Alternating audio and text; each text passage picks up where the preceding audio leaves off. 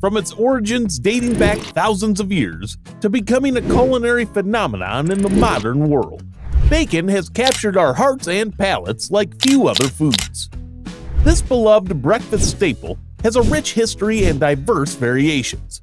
So, how do they do it?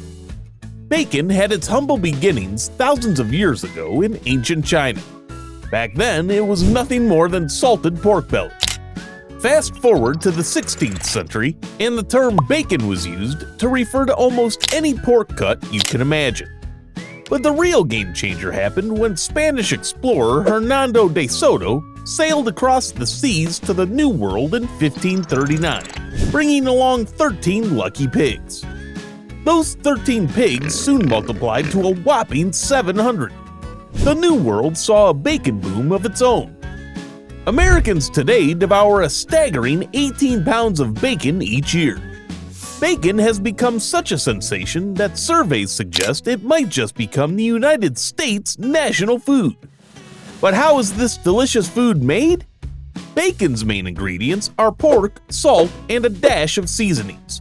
There are two primary methods: dry curing and wet curing, each with its own flavor profile. First up is dry curing, which is the older, more traditional method. The raw bacon gets a rub down with salt and seasonings to infuse that delicious flavor.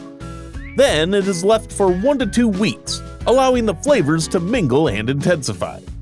Afterward, it gets rinsed, dried, and sometimes even gets a smoky sauna session. But for mass production, we turn to wet curing.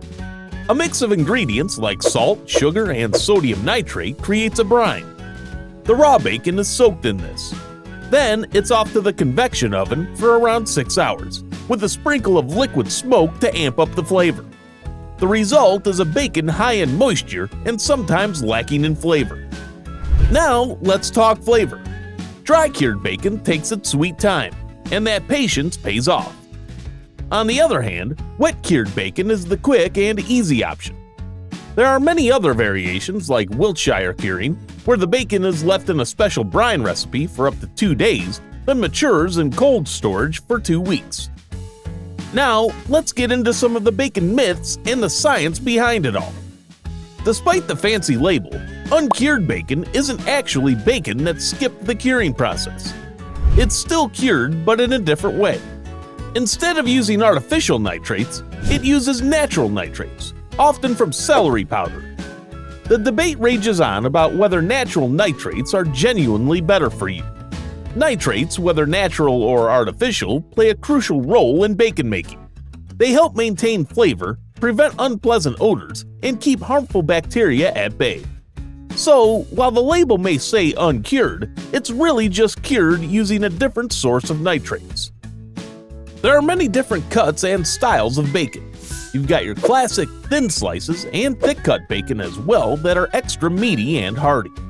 Then there's center-cut bacon, which is the leaner, healthier sibling of traditional bacon. There are international variants too. Canadian bacon is made from pork loin and is pre-cooked and smoked, resembling ham more than bacon. An Italian version is pancetta, made from pork belly but rolled up and sliced into thin circles. For those looking to skip the pork, there are alternatives. Beef bacon looks exactly like bacon and has a savory, meaty flavor.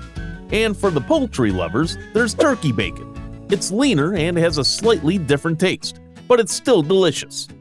But perhaps the most unique of them all is duck bacon. It's cured in a similar way to regular bacon, but offers a unique, rich duck flavor that's a real treat for your taste buds. Have you ever wondered if the different types of pigs make a difference too? Traditionally, pigs were divided into 2 categories, which were lard and bacon breeds. Bacon pigs were the lean and muscular ones thanks to their diet of legumes, grains, turnips, and dairy byproducts.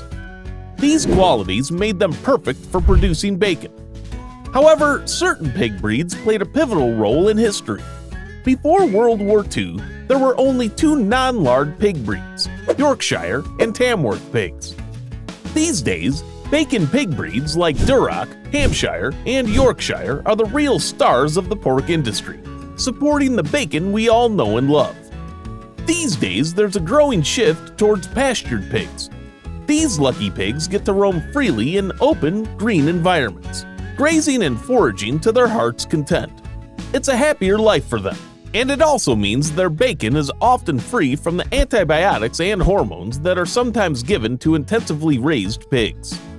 So, the next time you savor a crispy strip of bacon, remember that it all starts with the pig and the right breed, making a difference in flavor and the pig's quality of life. Bacon is a breakfast delight with a lot of history and flavor.